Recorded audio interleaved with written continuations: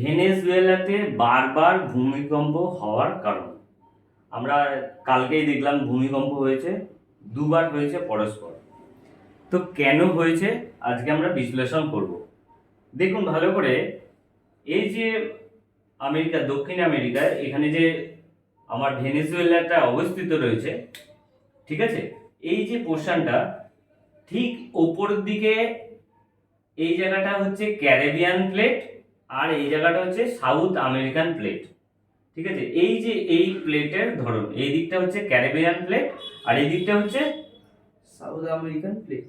একদম। তো এই যে প্লেটটা আছে, এই প্লেটের এই দুটো প্লেট কি হচ্ছে না, এইরকম যদি এ প্লেট হয় আর এটা বি প্লেট হয়, পরস্পর এই দিকে যাচ্ছে আর এই দিকে যাচ্ছে, ঘষা লেগে যাচ্ছে। কি হচ্ছে? ঘষা লেগে যাচ্ছে। ঘষা লেগে যাওয়ার ফলে যখন এই দুটোর মাঝামাঝি অংশে গ্যাপ তৈরি হয়, চাপ মুক্ত হয়, তখন গিয়ে এই জায়গাটায় ভূমিকম্প হয়। এইটাকে বলা হয় রূপান্তর। এটাকে বলা হয় রূপান্তর। বুঝে গেল? এই পজিশনটাই হচ্ছে। আর এই কারণে এই রূপান্তর যখনই হালকা হচ্ছে, রূপান্তর প্রক্রিয়া যখনই এই জায়গাটা চাপ সৃষ্টিটা কমে যাচ্ছে, তখনই গিয়ে ভূমিকম্প হচ্ছে। তাই ভেনেজুয়েলার আশেপাশে অঞ্চলগুলোতে অনেকবার ভূমিকম্প হয়। বুঝাতে পারলাম সবাইকে? আমার একটা স্যার প্রশ্ন আছে, বলছি স্যার ভূমিকম্প শুধু কি রূপান্তর ভাবে হয় না আরো না, অন্য ভাবে হয়? ভূমিকম্প আরো দুটো পদ্ধতিতে হয়। এটা খুব ভালো কোশ্চেন, সবাই দেখে নিন কি জন্য হতে পারে। একটা হচ্ছে অভিসারী,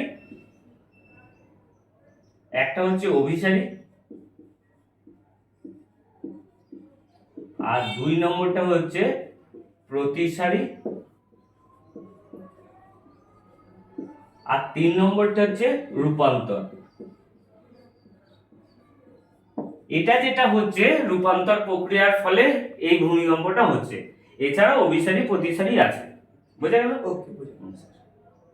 তো অভিসারীটা কি জিনিস একটু বুঝিয়ে দিই। হ্যাঁ স্যার। অভিসারী প্রতিসারীটা একটু বুঝিয়ে দিই।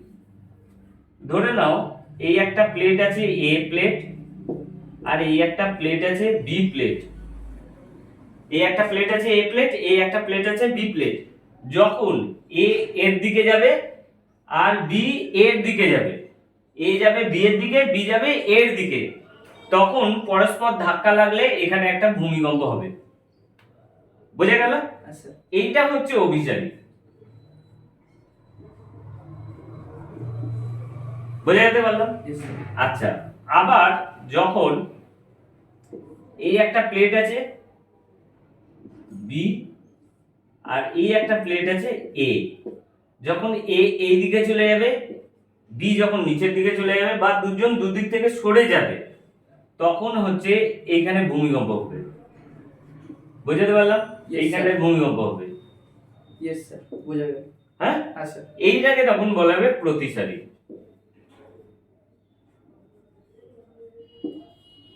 বুঝা গেল? ঠিক আছে। আর অসুবিধা হবে না আশা করি? না স্যার। তো এই ধরনের যে অঞ্চলগুলো থাকবে টেকটনিক বা প্লেট টেকটনিক হিসাবে, সেই সমস্ত অঞ্চলগুলোতে ভূমিকম্প হতেই থাকবে। ক্লিয়ার? Yes sir. চলো।